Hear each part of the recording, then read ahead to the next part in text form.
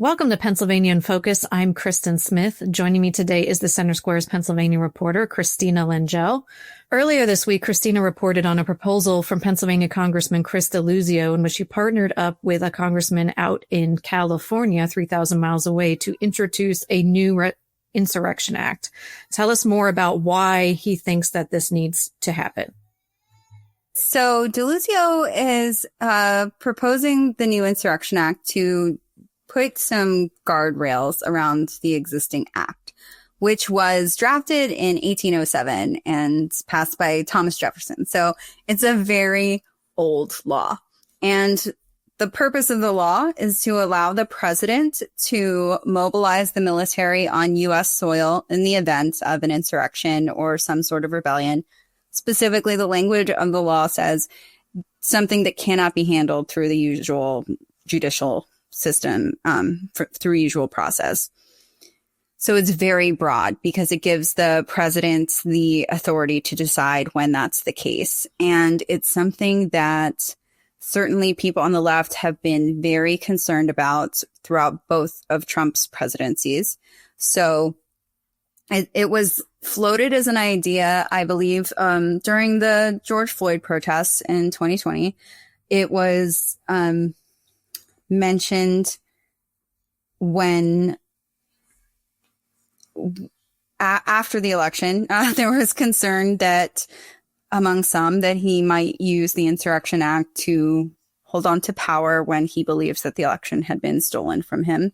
And most recently, it has been an issue of concern as states have fought back against the new breadth and scope of ICE and its activities in their home state. So we have a lot of places that prefer to act as sanctuary cities for immigrants and sanctuary states.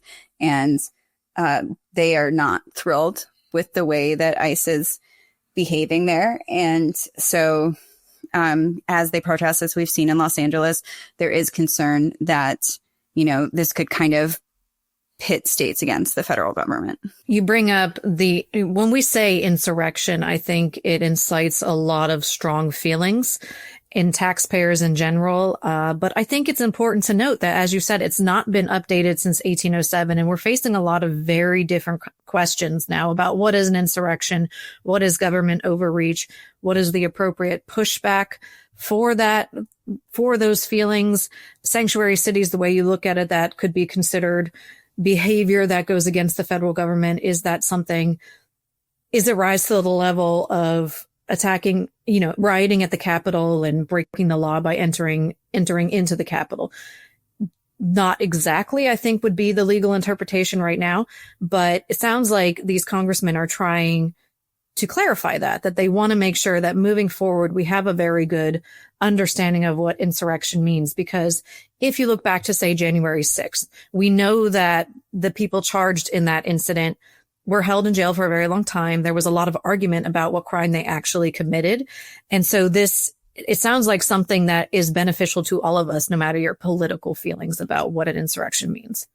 Sure. Yes. And it's an interesting ideological question, too, for people who emphasize the idea of federalism or states' rights, right? So we tend to associate states' rights with the Republican Party. But in this case, you have this real friction coming when someone like Gavin Newsom, who is the commander in chief of the California National Guard, he's in charge of it.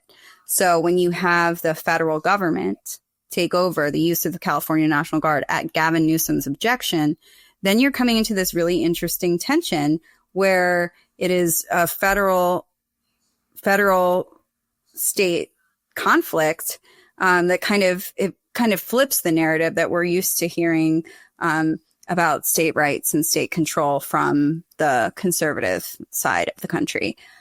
I will also say that specifically what the new act proposed by Deluzio and Jacobs is, it gives just a couple perimeters. It says that the president has to go before Congress before making a decision like that.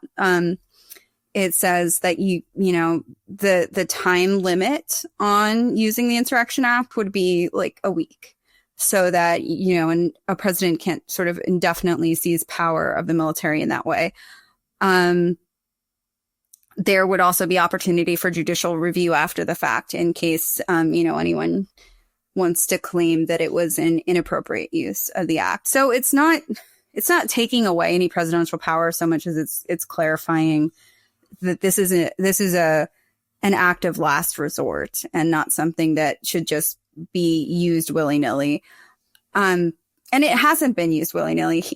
Trump has not invoked that act. I think it's important to say that. It's also important to look back at when it has been used. The last time it was used is in 1992 during the Rodney King riots after the police officers who beat Rodney King were acquitted. Before that, presidents used it. They used it when they desegregated schools because there were, white mobs who were trying to keep that from happening. They've also, it's very often been used in relation to racial tensions and civil unrest around civil rights issues. They're following the Civil War. Grant had to use it quite a few times when people basically just attacked Black people quite a bit in different cities. And so